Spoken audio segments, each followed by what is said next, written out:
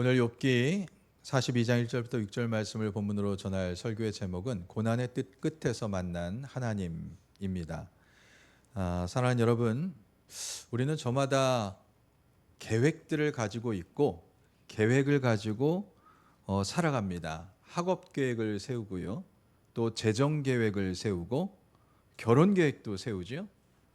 또 취업 계획도 세우고 노후 계획도 세웁니다. 이처럼 삶의 중요한 순간마다 우리는 미래를 설계하고 또 그것을 이루기 위해서 계획들을 세우며 살아가고 있어요. 성경도 사람이 자기의 길을 계획할지라도 그 길을 인도하시는 분은 여호와 하나님이시라고 우리에게 말씀을 하죠. 이 말씀은 계획이 필요 없다라는 것이 아니라 오히려 계획의 중요함을 우리에게 말씀하고 있는 거예요. 우리의 계획의 한계를 인정하고 궁극적으로는 우리의 삶을 주관하시는 하나님을 의지하고 하나님을 인식하라는 거예요. 우리가 계획을 세우되 그 계획이 하나님의 뜻 안에, 하나님의 인도하심 안에 있기를 구하는 겸손한 태도를 촉구하는 내용이에요. 사람이 자기가 계획한 대로 다 이루고 살면 참 좋겠죠. 내 계획대로만 살아갈 수 있다면 참 좋을 것 같은데 내 계획대로 안 되는 것이 더 많습니다. 우리 인생은 변동성이 많아요. 예측할 수 없는 것들이 많습니다. 갑자기 병을 얻게 되고요, 또 사고를 당하게 되고요, 경제적 위기를 당하게 되고요, 심지어는 자연재해를 만나기도 합니다. 이렇게 우리가 통제할 수 없는 그러한 인생의 풍랑을 만날 때가 분명 오는데 우리는 거센 풍랑 앞에서 무력해질 수밖에 없어요. 평생 쌓아올린 계획과 삶이 한순간에 무너지는 절망을 맞이하기도 합니다. 그럴 때 우리는 내가 할 수 있는 것이 아무것도 없구나, 그런 탄식과 함께 모든 희망을 잃어버리기도 해요. 그러나 하나님의 인도하심을 따라가는 사람은 인생의 풍랑 속에서도 흔들리지 말아야 됩니다. 물론 연약하기 때문에 잠깐 두렵기도 하고 흔들릴 수 있지만 우리는 믿음을 가지고 주님을 붙잡을 수 있어야 돼요. 그럴 때 우리는 포기하지 않고 절망을 이겨낼 수가 있어요. 요즘 제가 복음성가를 들으면서 혼자 걷지 않을 거예요 라는 그러한 복음성가를 듣고 많은 위로를 받았어요. 아마 들어보신 분도 계실 거예요. 우리 한번 아시는 분들은 같이 불러보겠습니다. 그대 폭풍 속을 걷고 있을 때, 비바람을 마주해야 할 때, 불빛조차 보이지 않아도 그대 혼자 걷지 않을 거예요. 두려움 앞에서 하늘을 보아요. 외로운 그대여 걱정 마요. 꿈꾸는 그 길을 또 걷고 걸어요. 그대 혼자 걷지 않을 거예요. 인생의 폭풍 속에서 혼자라고 느낄 때가 찾아옵니다. 그럴 때 나 혼자가 아님을, 또 하나님께서 나를 붙잡고 계심을, 인도하고 계심을 믿음의 눈을 열어서 바라볼 수 있기를 바랍니다. 풍랑을 피할 수 없고 풍랑이 날 비껴가지 않는다면 주님의 손을 꼭 붙잡고 우리는 풍랑을 넘어설 수 있음을 믿으시기를 바랍니다. 오늘 본문에 나오는 욥이 바로 그런 사람이었어요. 그는 누구보다 의롭고 하나님을 경외하고 하나님 앞에 인정받는 믿음의 사람이었습니다. 그러나 하루아침에 모든 것을 잃고 상상할 수 없는 고통의 나락으로 떨어지게 됩니다. 그의 삶과 그의 계획이 송두리째 무너지는 그러한 거대한 고난 앞에서 욥은 절규했어요. 내가 왜 이런 일을 당해야만 하는가? 그 이유를 알 수 없어서 절망 가운데 몸부림쳤습니다. 그의 고통은 인간의 논리와 이성으로는 도저히 설명할 수 없는, 납득할 수 없는 것이었어요. 그러나 욥은 그 고난의 끝에서 마침내 하나님을 인격적으로 만나는 놀라운 은혜를 경험하게 됩니다. 오늘 우리는 욥의 고백을 통해서 고난의 깊은 의미와 또 그 고난 끝에서 만나는 하나님에 대해서 말씀을 나누고자 합니다. 고난 속에서 욥은 이것을 깨닫습니다. 자, 함께 읽습니다. 첫째, 시작. 아멘. 고난 속에서 욥은 자신의 결백을 주장하면서 친구들과 논쟁을 하지요. 그는 자신의 이성으로 하나님의 뜻을 이해하려고 했고 자신이 겪는 고통이 부당하다고 그렇게 생각을 했어요. 그러나 폭풍 가운데 나타나신 하나님을 만난 후에 욥이 첫 번째로 고백한 것이 바로 이 말씀이에요. 우리 같이 읽습니다. 시작.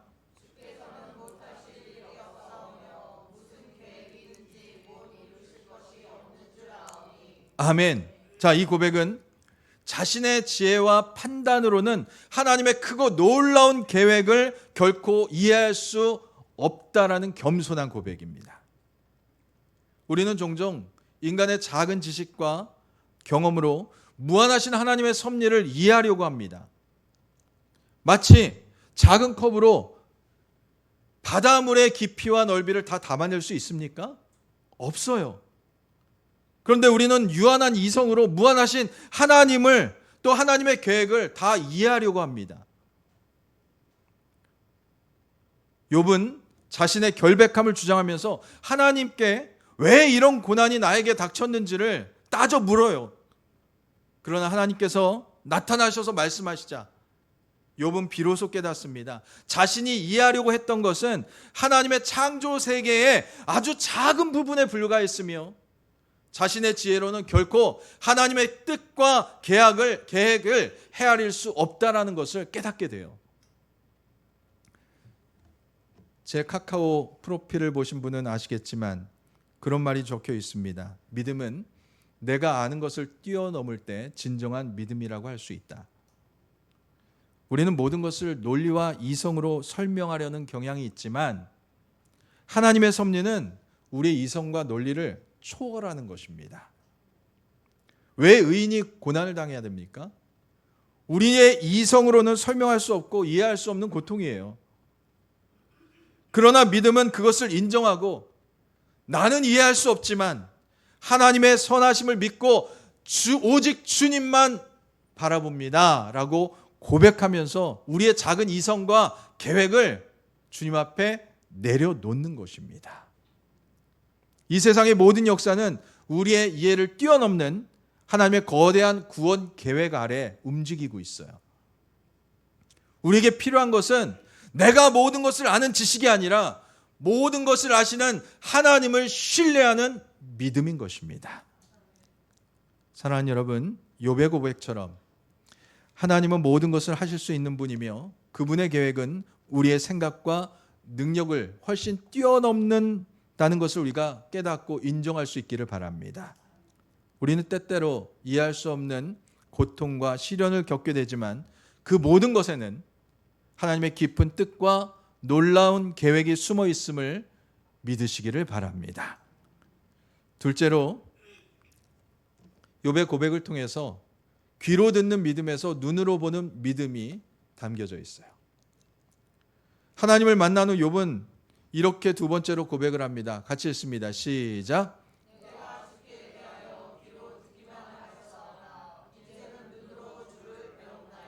아멘.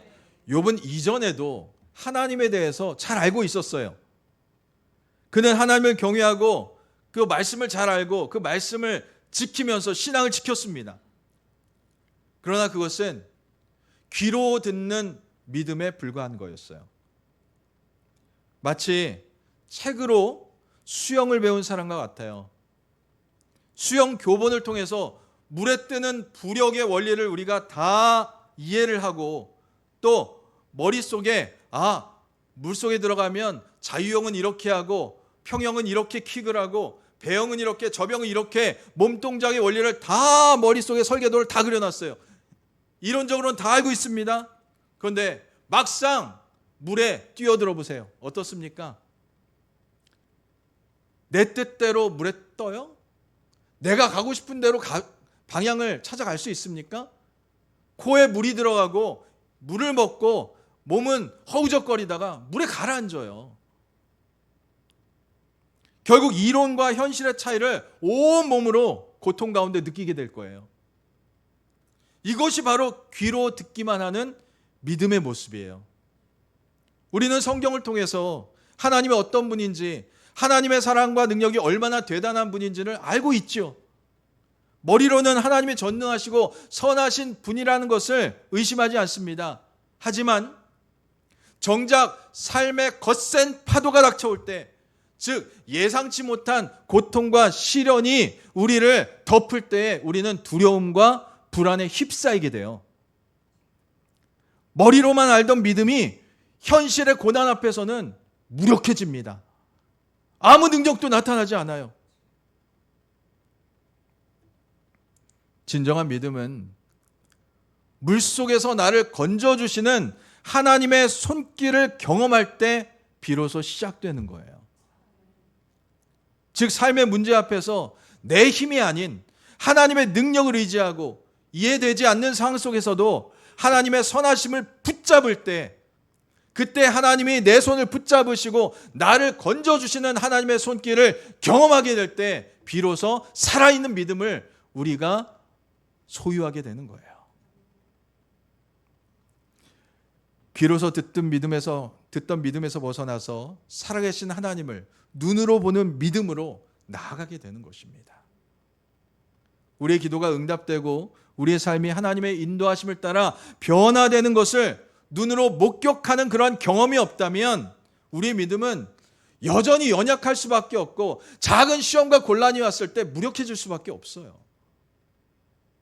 하나님을 인격적으로 만나고 그분의 살아계심을 체험하는 것, 이것이 바로 우리가 추구해야 할 진정한 믿음인 줄 믿으시기를 바랍니다. 마지막 세 번째로 같이 읽습니다. 시작. 아멘. 욥의 고백 속에서 고통에서 기도로 나아가는 진정한 회개의 모습을 우리는 발견할 수 있어요. 자, 세 번째 욥은 이렇게 고백합니다. 같이 읽습니다. 시작.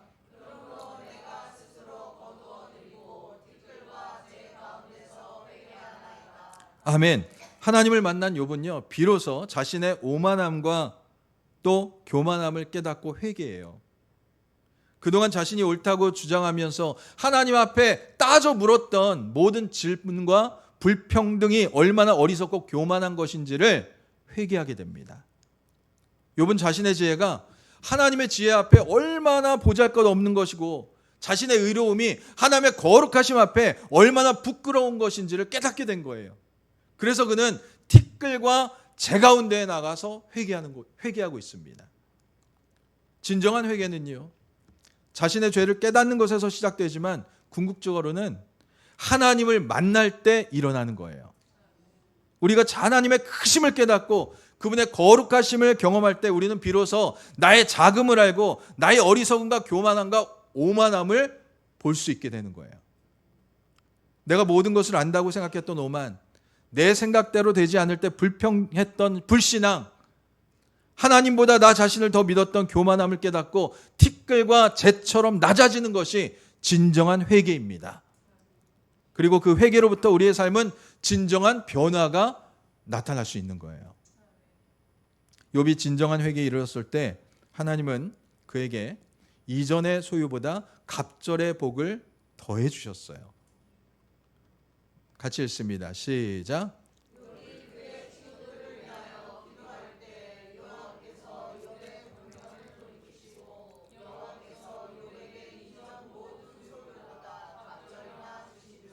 아멘. 자, 여러분 여기서 중요한 것은요, 회개하면 복 받는다라는 그러한 기계적인 공식이 아닙니다. 갑절의 복이 중요한 것이 아니에요. 욥이 하나님 앞에 온전히 회복되었다. 하나님과의 관계가 회복된 것이 중요한 거예요. 욥의 회개는 하나님을 자신의 기준으로 판단하려고 했던 그런 오만함에서 벗어나서 하나님과의 올바른 관계를 회복하는 첫걸음이었어요. 복은 이처럼 깨어진 관계가 회복될 때 자연스럽게 따라오는 것입니다. 그리고 하나님은요, 욥이 회개하자마자 그에게 복을 주신 것이 아니에요. 오히려 내 종 욥이 너희를 위하여 기도할 것이다 라고 말씀하시면서 욥에게 친구들을 위해서 중보 기도하라고 명령하셨어요. 그리고 욥이 하나님의 말씀을 순종해서 친구들을 위해서 중보 기도했을 때 하나님의 놀라운 은혜의 복이 주어진 것입니다. 이는 욥의 회개가 자기중심적인 그러한 고통에서 벗어나서 타인을 구원하려는 중보하는 이타적인 사랑으로 확장되었음을 의미하는 거예요.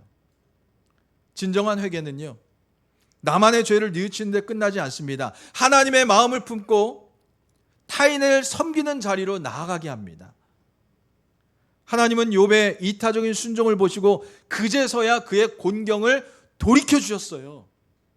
진정한 회개는 하나님께로 돌이켜서 관계를 회복하고 나아가 타인을 섬기는 삶으로 나아가는 영적 변화인 것입니다. 그리고 그 변화된 삶 속에서 비로소 하나님의 풍성한 은혜와 복을 우리는 경험할 수 있는 거예요. 사랑하는 여러분, 우리의 삶에 예상치 못한 그러한 고난과 풍랑이 닥쳐왔을 때 우리는 무너지고 좌절하기 쉽습니다. 그러나 기억하시기 바랍니다. 고난은 우리를 파멸시키는 것이 아니라 우리를 연단하고 하나님을 더욱더 깊이 만나게 하는 도구가 될 수 있습니다. 하나님을 의지하고 하나님과 동행하는 자에게는 풍랑이 오히려 목적지에 빨리 도착하게 만드는 부순풍으로 바뀌는 역사가 나타날 수 있습니다. 우리의 계획보다 크신 하나님을 신뢰하시기 바랍니다. 귀로만 듣는 믿음에서 벗어나서 실제로 하나님을 인격적으로 만나는 살아있는 믿음을 소유할 수 있기를 바랍니다. 그리고 그 만남을 통해서 우리의 교만함, 자아가 깨어지고 진정한 회개에 이르러서 하나님께서 이끄시는 풍성한 은혜의 길을, 은혜의 삶을 살아가시기를 부탁을 드립니다. 주께서는 못하실 일이 없고 무슨 계획이든지 다 이루실 수 있습니다라고 고백하는 욥의 고백처럼 우리의 고난 너머에서 일하시는 하나님을 바라볼 수 있는 믿음의 눈이 열릴 수 있기를 바랍니다. 그래서 우리를 긍휼히 여기시고 모든 공경에서 돌이키시고 이전보다 더 복된 길로 인도하실 하나님의 크고 놀라우신 은혜가 여러분 삶 가운데 충만히 임하시기를 주님의 이름으로 간절히 축원드립니다. 기도합니다. 주님, 저희는 때때로 저희의 작은 지혜와 계획으로 모든 것을 내 마음대로 하려고 하지만 예상치 못한 고난 앞에 쉽게 무너지는 연약한 존재임을 고백합니다. 주님, 귀로만 듣던 믿음에서 벗어나 이제는 눈으로 주를 뵙는 믿음으로 나아가기를 소망합니다. 고난의 폭풍 속에서도 저희의 손을 붙잡고 계신 주님을 실제로 경험하게 하시고 그 경험을 통해 주님의 살아계심을 증거하는 삶이 되게 하여 주시옵소서. 모든 순간마다 주님의 크신 섭리를 깨닫고 주님을 더욱더 깊이 만나고 주님을 전하고 증거하며 살아가는 복된 인생들이 되게 하여 주시옵소서. 감사드리고 예수님 이름으로 기도드립니다. 아멘.